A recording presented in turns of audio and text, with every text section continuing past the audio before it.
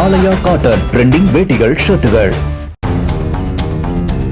நாகப்பட்டினம் மாவட்டம் வேளாங்கண்ணியில் சாமியார் வேடமிட்டு கஞ்சா விற்பனை மற்றும் மாமூல் வசூலில் ஈடுபட்டு வந்ததாக பிரபல ரவுடி ரோசரி கிரேட்டன் என்பவரை காவல்துறையினர் கைது செய்தனர்.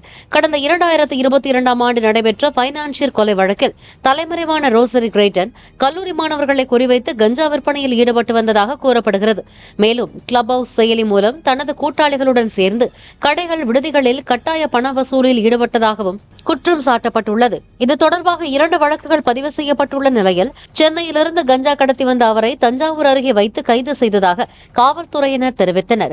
காவல்துறையினரிடமிருந்து தப்ப முயன்றபோது கீழே விழுந்ததால் அவரது கால்கள் முறிந்தன.